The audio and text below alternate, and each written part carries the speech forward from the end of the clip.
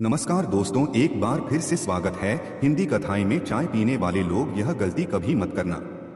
दोस्तों, जैसा कि आपको मालूम है, ठंड का समय चल रहा है। ठंड के समय लोग चाय भी ज्यादा पीते हैं, लेकिन हम आपको बता दें, चाय पीते समय यह गलती कभी मत करना, वरना बात पक्की है कि आपको बीमार होने से कोई भी नहीं रोक सकता था। अब वह गलती क्या है, आपको इस वीडियो में मालूम चलेगा। वीडियो को अंत तक देखें।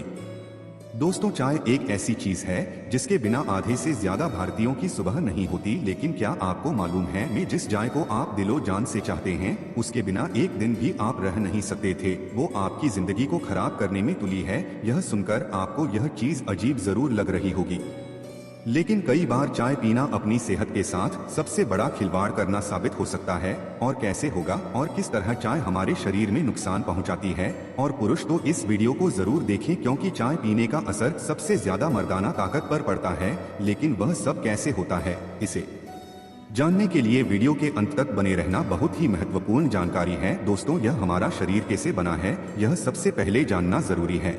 और हमारे शरीर में कौन से 3 दोष पाए जाते हैं। हमारा शरीर 5 तत्वों से बना है और हमारा शरीर में 3 दोषी पाए जाते हैं, वात दोष, पित्त दोष और कफ। इसे जानना जरूरी है, क्योंकि यहाँ हर एक बीमारी का कारण होता है। क्योंकि हर एक बीमारी का जरिया ही 3 दोष है, इसलिए जानना जरूरी होता है। तो आपका शरीर का सबसे महत्वपूर्ण दोष यह 3 दोष है, पित्त दोष का दोष और वात दोष। अगर आपके शरीर का वात दोष गड़बड़ हो गया तो 7 से 70% बीमारी होगी। अगर आपके शरीर का पित्त दोष गड़बड़ हो गया तो शरीर में 15 से 20% बीमारियां होती हैं। और आपके शरीर का कफ दोष गड़बड़ हो गया तो 5 से 10% बीमारी होती है। अब इन तीनों प्रवृत्ति हमारे शरीर में कब से कब तक रहती है? जब हम जन्म से बाल्य अवस्था में रहते हैं, यानी 0 से जब हमारा जन्म होता है, और 14 साल की उम्र तक हमारे शरीर में दोस्तों इसकी प्रवृत्ति ज्यादा होती है। इसी समय में काफी ज्यादा बनता है। यह प्रकृति की देन है, इसलिए बनता है क्योंकि हमारा शरीर ग्रो करता है। कफ बनना जरूरी है क्योंकि यह हमारे शरीर के बहुत ही महत्वपूर्ण अंग है।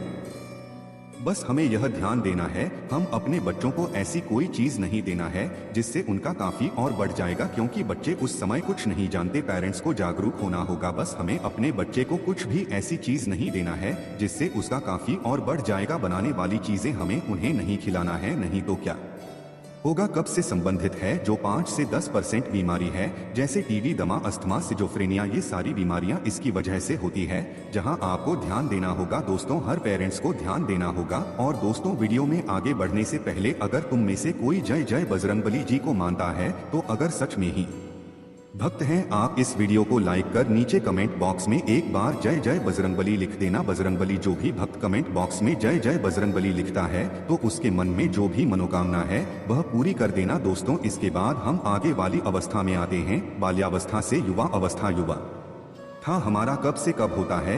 जब हम 15 साल से 7 साल के बीच में होते हैं। दोस्तों, इस समय हमारा युवा अवस्था होता है। इस समय हमारे शरीर में पित्त प्रवृत्ति सबसे ज्यादा होता है, सबसे ज्यादा पित्त बनता है। इसलिए हमें यह ध्यान देना होगा कि हम ऐसी कोई वस्तु न खाएं जिससे हमारा पित्त बढ़ जाए। अगर हमारे शरीर में पित्त बढ़ जाएगा तो दोस्तों हमारे शरीर में 15 से 20% बीमारियां, गंभीर बीमारियां होती है। इसके बाद हमारा आता है वृद्धावस्था। 7 साल की उम्र में हमारा वृद्धावस्था होता है। इस समय हमारे शरीर में वात बढ़ता है और वात से संबंधित 60 से 70% बीमारियां गया हमारे शरीर में होती है।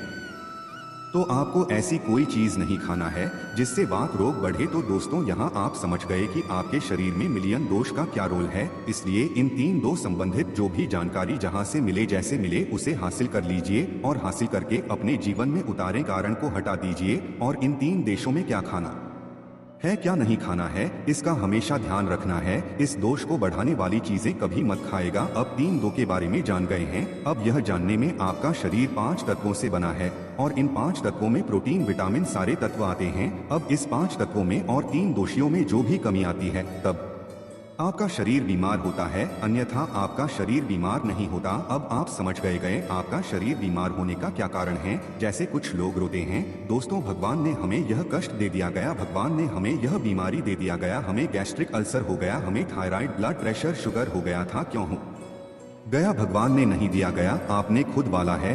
जब आपको प्रकृति कहता है कि खाना खाने का नियम पालन कर, यह पानी पीने का नियम पालन करें, इस प्रकृति का नियम पालन करिए, तो आप क्यों नहीं कर रहे हैं? जबकि हमारा शरीर उसी तत्वों से बना है, प्राकृतिक तत्वों से ही तो बना है हमारा शरीर भी। पानी से ही तो बना है, खाने से ही तो बना है, पोषक तत्वों से ही तो बना है। ये सारे नियम का आपको पालन करना होगा। अब जब यह हमारा पित्त दोष कह रहा है कि यह चीज नहीं खाई पित्त और बढ़ेगा, तो आप उसे क्यों खाते हैं? पिज्जा बर्गर आप क्यों खाते हैं? चाहे आप क्यों पीते हैं चीनी, आप क्यों खाते हैं? जब आप ये सारी चीजें खा रहे हैं तो आपके पेट में एसिडिटी बनेगा का, आपके पाचन तंत्र बीमार पड़ेगा। तो जब आपका पाचन तंत्र बीमार होगा तो कुल तमाम बीमारियां आपको आएगी।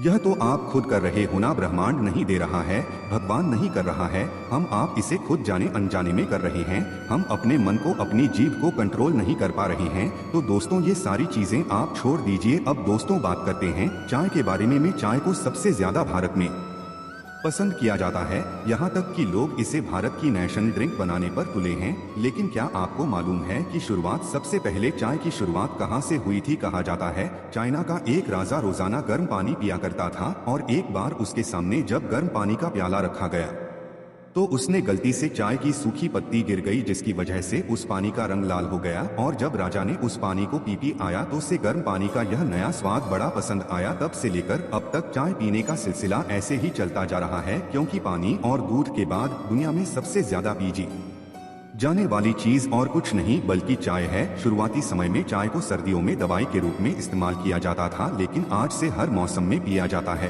कहा जाता है इस दुनिया में 1500 से ज्यादा अलग अलग तरह की चाय होती है, जिसमें काली, हरी, सफेद, पीले और लाल चाय बड़ी है।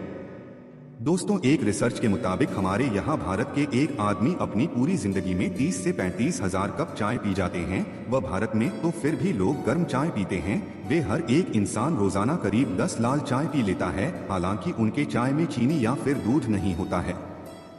असल में दोस्तों अगर साफ शब्दों में बताएं हैं तो चाय में कैफीन होती है, जो हमारे शरीर में जाकर कर हमें एनर्जी प्रोवाइड करवाते हैं। इसमें मौजूद अमीनो एसिड दिमाग को ज्यादा अलर्ट और चौकन्ना रखता है, और इसमें मौजूद एंटीऑक्सीडेंट हमारे इम्यून सिस्टम को बढ़ा देता है, जिसकी वजह से कई सारी बीमारियां शरीर में आने से पहले ही भाग जाती है। और चाय बुढ़ापे के नुकसान को भी कम करती है, जिससे उम्र के साथ होने वाले बदलाव भी धीमी गति से होता है। यदि देखा जाए तो चाय फायदेमंद है, लेकिन इसके जितने फायदे उससे कहीं ज्यादा नुकसान भी हैं। आज से करीब 200 साल पहले चाय हमारे यहाँ नहीं थी, न ही किसी घर में चाय पी जाती थी और ना ही बनाई जाती थी। लेकिन जब अंग्रेज आए तो अपने साथ चाय पीने का शौक भी ले आए हैं, जिसके आज हम पूरी तरह से आदी बन चुके हैं। तभी तो किसी के भी घर पर जाएं तो सबसे पहले वह चाय से आपका स्वागत करता है। पर जब हम आपको चाय से होने वाले नुकसान के बारे में बताएंगे तो आप दूसरों के घर में मुफ्त की चाय पीना छोड़ दोगे। अगर सबसे बड़ा नुकसान की बात करें तो अक्सर लोग सुबह खाली पेट चाय पीते हैं, जो पूरी तरह से गलत है, क्योंकि खाली पेट चाय पीने से एसिडिटी बढ़ जाता है और साथ ही साथ पेट से निकला वाले गैस्ट्रिक जूस, जो कि पाचन क्रिया में मदद करता है, और गैस्ट्रिक जूस के निकलने की प्रोसेस को चाय बहुत धीमा कर देता है, और इसी वजह से गैस बनने लगती है, जिससे आपका पाचन तंत्र काम नहीं करेगा और आपका के शिकार हो जाएंगे। अगर आपको नहीं पता तो जनाब अब दुनिया में आधे से ज्यादा बीमारियों की सर्दी कब्जा कहते हैं, न कि अगर पेट फोर्स तो सब ठोस। इसलिए सुबह सवेरे खाली पेट चाय पीने की आदत से तौबा कर लो, वरना जिंदगी भर पछताना पड़ेगा। अगर चाय के दूसरे नुकसान की बात करें तो नींद को भगा देती है। अगर आप दिन में 2 कप से ज्यादा चाय पीने से आपकी नींद पर असर पड़ेगा, और जिन्हें नहीं पता उनके लिए बता दें कि जब किसी को नींद पूरी नहीं होती तो उसका दिमाग धीरे धीरे काम करना बंद कर देता है।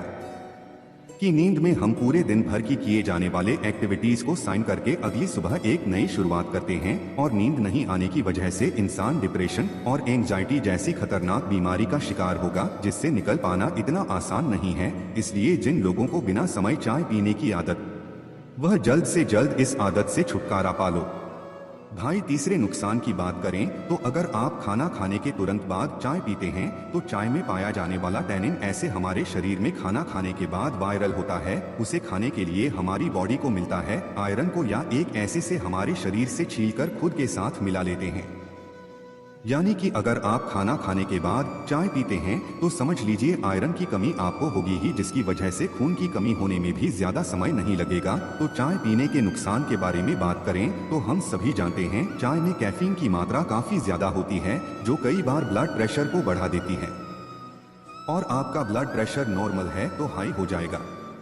हाई ब्लड प्रेशर वाले लोगों को तो चाय कभी नहीं पीनी चाहिए, क्योंकि इसकी वजह से न सिर्फ पेट पर गलत असर पड़ता है बल्कि ब्लड प्रेशर भी इस पर असर डालता है, जिसे संभालना बहुत ही मुश्किल हो जाता है। चाय के लालच में अपनी जिंदगी बर्बाद करने की जरूरत नहीं है। और सबसे ज्यादा खतरा न तो बाहर ठेले वगैरह में मिलने वाली चाय होती है, क्योंकि अगर आपने ध्यान दिया हुआ वो लोग पुरानी चाय पत्ती को भेजते नहीं है, बल्कि बटन के अंदर लगी हुई चाय पत्ती में बार बार चाय बनाते रहते हैं। और इस तरह से जो पुरानी वाली चाय की पत्ती से बदतर होती है जाती है, और उसका जहर कमजोर दिल वाले लोगों के लिए बहुत ही हानिकारक है, जिनकी जान भी ले सकता है। और पुरुषों को तो चाय को बहुत ही कम मात्रा में पिए तो अच्छा है, वरना चाय के ज्यादा सेवन से नपुंसकता जैसी बीमारियों का सामना करना पड़ सकता है। दोस्तों, हम यह नहीं कहते कि आपको चाय नहीं पीना चाहिए, बल्कि आप बेशक चाय पी सकते हैं, बस चाय की मात्रा कम कर दीजिए।